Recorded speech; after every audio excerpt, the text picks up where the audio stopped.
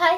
So, இன்னைக்கு வந்து TNPSC Group 4 2025ல எதை பத்தி பார்க்க போறேன்னு பாத்தீங்கன்னா மேக்ஸ்க்கு ஃப்ரீ டெஸ்ட் பேட்ச் தான். ஸோ இதுக்கு முன்னாடியே வந்து பாத்தீங்கன்னா நிறைய வீடியோல மேக்ஸ்க்கு ஃப்ரீ டெஸ்ட் பேட்ச் வந்து சொல்லுங்க அப்படின்னு சொல்லிட்டு கேட்டிருந்தீங்க. பட் அதை ரொம்ப நாளைக்கு முன்னாடி என்கிட்ட கேட்டிருந்தீங்க. ஸோ அப்போ வந்து எனக்கு சரியா தெரியல.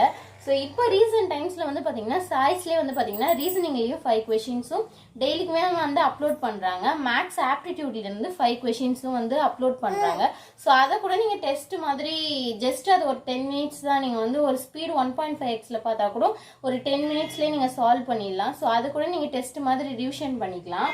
அண்ட் ஆல்சோ வந்து பாத்தீங்கன்னா அதே சைஸ்ல ஒரு இயர் கொஸ்டின் பேப்பரையே வந்து ஃபுல்லா சால்வ் பண்றாங்க. இப்போ வந்து டிஎன்பிஎஸ்சி குரூப் 4 2024ஓட கொஸ்டின் பேப்பர்ல இருக்க மேக்ஸ் மட்டும் வந்து பாத்தீங்கன்னா அது மாதிரி கூட சால்வ் பண்றாங்க.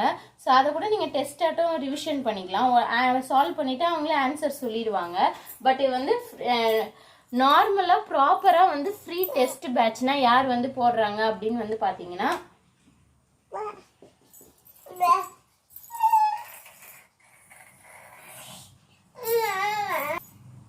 நார்மலா ப்ராப்பரா ஃப்ரீ டெஸ்ட் பேட்ச் வந்து பாத்தீங்கன்னா ஈஆர் தங்கமுத்து சேனல்ல வந்து பாத்தீங்கன்னா ப்ராப்பரா மேக்ஸுக்கு மட்டுமே தனியா வந்து ஃப்ரீ டெஸ்ட் பேட்ச் வந்து போட்டிருக்காங்க.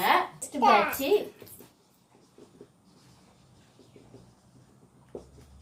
எதுக்குன்னு வந்து பாத்தீங்கன்னா மேக்ஸுக்கு ஒரு 50 டேஸ் வந்து பாத்தீங்கன்னா இந்த டெஸ்ட் பேட்ச் வந்து இருக்கு. ஃப்ரீ தான். கொஸ்டின்ஸும் வந்து பாத்தீங்கன்னா சின்ன சின்ன டாபிக்காக தான் கொஸ்டின்ஸ் எடுத்து போட்டிருக்காங்க. 25 கொஸ்டின்ஸ் தான் வந்து பாத்தீங்கன்னா ஒரு நாளைக்கு. நீங்க வந்து ஒரு ஹாஃப் அன் ஹவர் ஸ்பெண்ட் பண்ணாலே போதும் இந்த 25 கொஸ்டின்ஸ்க்கு. ஓகேவா? ஸோ அதனால உங்களுக்கு வந்து மேக்ஸ் வந்து டெய்லிக்கும் வந்து நீங்கள் டெஸ்ட் போட்டு பார்க்கணுன்னா இதை வந்து யூஸ் பண்ணிக்கோங்க. சரியா?